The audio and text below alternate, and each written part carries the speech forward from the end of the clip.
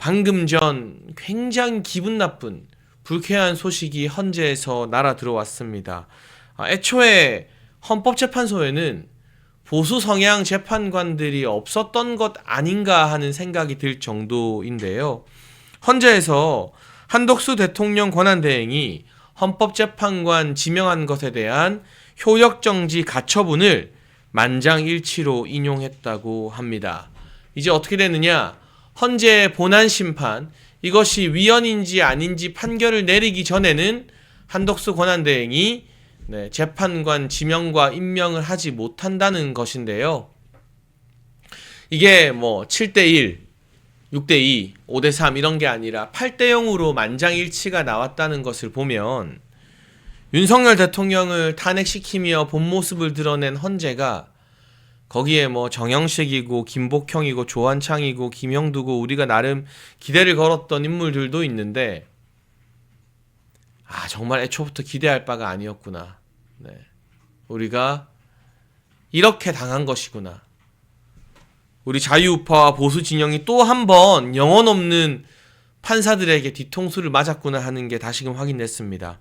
다만 이 8대0 가처분이 본안심판 결과인 것은 아니어서요. 마은혁이 주심이라고는 합니다만 실제 대통령 권한대행에게 재판관을 임명할 수 있는 권한이 있는지 여부는 헌재 본안심판에서 조금 더 다룰 것 같습니다. 다만 제가 생각하기에 헌재가 이거 한 달 정도 시간을 끌겠다. 4월 18일 문영배 이미선이 퇴임하기 전에 과연 결과를 낼 것인가. 그냥 시간을 끌다가 한덕수 권한대행이 혹시라도 대선 출마를 하게 되면 사퇴할 때까지 이 결과를 내지 않고 질질 끄고 결국에는 이재명에게 줄을 서서 제명각하, 리짜이밍 총통님, 우리가 이렇게 헌재 두 자리 비워놓고 있었습니다. 총통님이 임명해 주십시오 하고 리짜이밍에게 이 두 자리를 갖다 바치는 그런 그림을 지금의 헌재가 그리고 있는 것은 아닌가.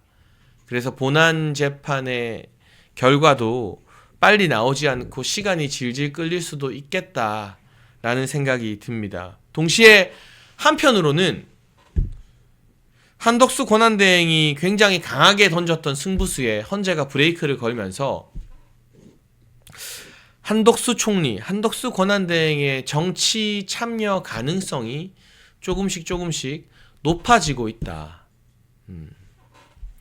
헌재까지도 이렇게 한덕수 권한대행이 승부수에 브레이크를 걸게 되면 한덕수 권한대행이 도저히 이 나라가 이렇게 좌경화되는 거, 좌파들에게 잡아먹히는 걸 두고 볼 수는 없다. 그래서 나도 정치를 할 수밖에 없다라고 선언할 가능성이 지금으로서는 조금 높아지는 것 같습니다. 오늘 발표된 뉴스핌 여론조사를 보니까요. 보수 진영에서 한덕수 권한대행의 지지도가 1등으로 나오긴 했는데요. 그러나 앞으로 한 달 동안은 치열한 지지율 싸움이 될 것 같습니다.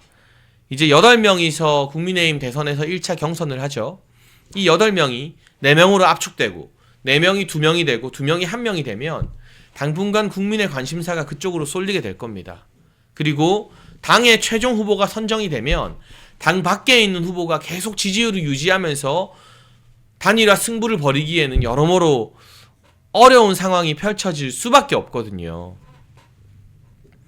과연 한덕수 권한대행이 국민의힘 경선이 진행되는 앞으로의 약 한 달도 아니죠. 5월 3일까지니까 한 2주 남았습니다. 이 2주에서 3주 동안 지금보다 지지율을 더 끌어올려서 원샷 경선, 단일화 경선에 어떤 걸맞은 체급을 유지할 수 있는지 그 부분을 한번 지켜봐야 되고요. 지금 많은 분들이 댓글로 지적을 해주고 계시는데 그러니까 왜 마은혁을 먼저 임명했냐. 마은혁 임명을 안 하고 버텼으면 헌재가 마은혁을 받고 싶어서라도 이 이완규 함상훈의 임명에 대해서도 수용하는 거 아니냐. 그래서 뭐하러 마은혁 먼저 임명했냐. 같이 하겠다고 하지. 라는 댓글들 달아주시는데요. 놀랍습니다. 지금 총리실보다 국무조정실보다 우리 멸콩 라이브에 댓글 달아주시는 여러분의 정치적 감각이나 전략이 훨씬 더 빛나는 것 같아요.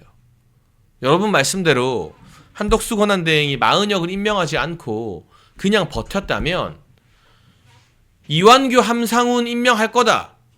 동시에 마은혁도 같이 한다. 받을 거면 받고 말 거면 말아라. 이래버리면 헌재가 어떻게 이완규 함상훈 임명에 시비를 걸 수 있겠습니까?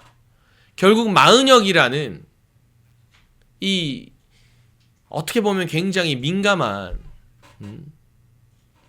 이 민감한 화두를 한덕수 권한대행이 먼저 던져줘 버렸기 때문에 이제는 맞설 카드가 없기 때문에 이완규 함상훈 효력 정지 가처분이 오늘 만장일치로 인용된 것 같습니다.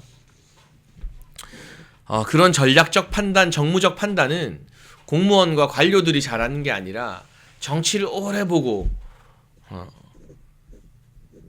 누구보다 날선 정치 감각을 가지고 있는 사람들이 훨씬 더 잘하죠. 그런 부분에 있어서 제가 과거에 반기문 전 유엔 사무총장님을 모셨던 기억이 나는데요. 한덕수 권한대행이 그때 반기문 사무총장의 뼈아픈 어떤 대선 중도 포기 전철을 밟지 않으려면 조금 더 정치인 출신들의 말에 귀를 기울이고 승부사적 기질 더 가다듬을 필요가 있겠다라는 생각이 듭니다. 저 개인적으로는 국민의힘의 후보가 결정되고 한덕수 권한대행과 원샷 단일화를 하는 게 국민의 관심을 막 받을 수 있는 방법이라면 뭐 그것도 나쁘진 않겠다라는 생각이 듭니다. 다만 한덕수 권한대행이 정말 대선 후보가 되고 싶었다면 과감하게 국민의힘 경선에 뛰어들었어야 됐다. 만약 경선 참여했으면 경선에서 한덕수 권한대행이 1등 했을 거예요. 여유롭게. 그런데 내가 이 타이밍에 경선 들어가는 게 맞나? 이래저래 간보고 계산하다가 타이밍 놓친 거거든요. 저도 무소속 경험이 있고요. 여러분 아시다시피. 제가 윤석열 대통령님이 검찰총장 사퇴하고 무소속일 때부터 모셨던 1호 참모잖아요. 당이라는 조직이 있는데 당 밖에 누군가가 당에서 결정한 후보와 맞서 싸우는 거 이거 진짜 쉬운 일이 아닙니다. 어떻게 보면 한덕수 권한대행이 지금 벌써 2번의 타이밍을 놓쳤다. 투아웃이다. 첫 번째, 마은혁 임명을 먼저 한 게 원아웃. 두 번째, 나올 거면 국민의힘 경선에 뛰어들었어야지 이것저것 간보다가 난 타이밍 보겠다라고 미룬 게 투아웃. 이제 마지막 기회가 저는 한 번은 남아있다고 봐요.